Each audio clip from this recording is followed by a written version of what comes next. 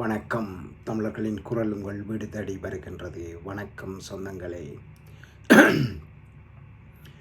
தேர்தலுக்கு பின்பான கருத்து கணிப்பு ஒரு முக்கியமான கருத்து கணிப்பு என்பது சகலரும் அறிந்திருக்கின்ற உண்மை. ஆனால் இங்கு வந்திருக்கின்ற கருத்து கணிப்புகளை பார்த்தோமென்றால் ஒரு பெரிய நடன நாடகமே ஆடி தீர்த்திருக்கின்றார்கள். இங்கே கருத்து கணிப்பாக அல்ல, கருத்து திணிப்பாக மக்கள் மத்தியிலே எகிறிவிடப்பட்டிருக்கின்றது.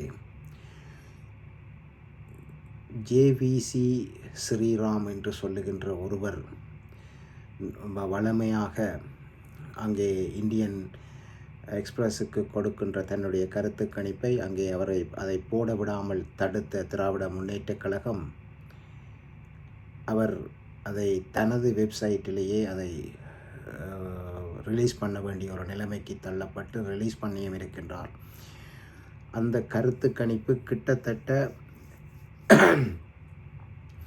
சரியான பல கட்டங்களில் சொல்லியிருக்கின்றது.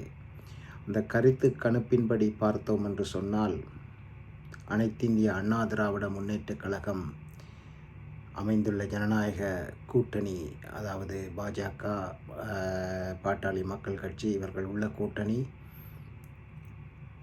அமோக வெற்றி அடையும் என்று சொல்லியிருக்கின்றார். திராவிட முன்னேற்றக் கழகமும் இவர்களும் நெருக்கமாக வந்தாலும் ஆட்சி அமைப்பதற்குரிய அளவிற்கு ஆசனங்களை பெறுவார்கள் என்று சொல்லியிருக்கின்றார்.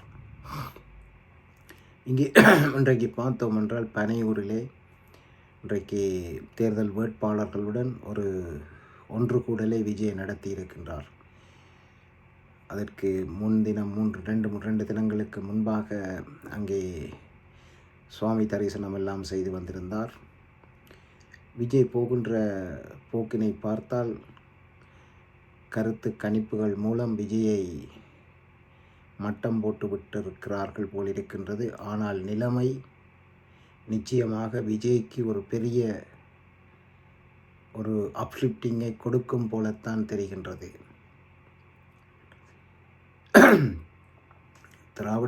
இப்போ அண்ணா திராவிட முன்னேற்றக் கழகம் வெற்றி அடைந்தால் இங்கே திராவிட முன்னேற்றக் கழகமா விஜயுடைய டிவிகேயா எதிர்க்கட்சி என்ற ஒரு நிலைமை எழும்பத்தான் சொல்கின்றது. ஆனால் அங்கே விஜயும் குறைந்த அளவு இல்லாமல் பெர்ஃபார்மன்ஸ் செய்திருக்கின்றார் என்றுதான் சொல்லக்கூடிய பால் இருக்கின்றது. இங்கே பாண்டே இவ்வளவு காலமும் பாரதிய ஜனதா கட்சிக்கு சார்பாக அறிக்கைகள் விட்டு கொண்டிருந்தவர் இந்த கருத்து கணிப்பின் மூலம், தேர்தலுக்கு பின்பான கருத்து கணிப்பின் மூலம் சோடம் போய்விட்டாரோ என்று கூட நம்பக்கூடிய அளவுக்கு இருக்கின்றது. என்ன ஏதுவாக இருந்தாலும்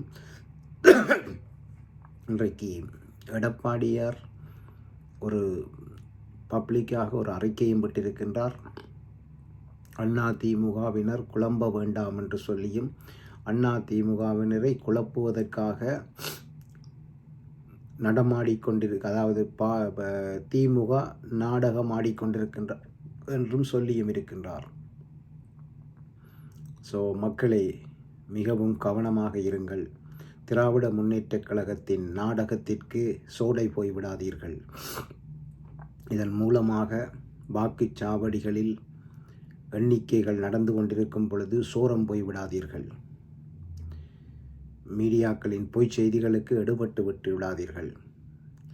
இந்த முறை அனைத்திந்திய அண்ணா திராவிட முன்னேற்றக் கழகம் வெற்றி அடையப் போவது நிச்சயம். அந்த வெற்றியை நாங்கள் மிகவும் கனமாக எடுத்துக்கொள்ள வேண்டும் என்றது தமிழர்களின் குரல் உங்களை வேண்டிக் கொள்ளுகின்றது. அண்ணா திராவிட முன்னேற்றக் கழகம் அதிமுக எடப்பாடியார் தலைமையில் வெற்றி வாகை சூட எங்களுடைய வாழ்த்துக்கள். வருங்கால முதலமைச்சருக்கும் எங்களுடைய வாழ்த்துக்கள். நன்றி, வணக்கம்.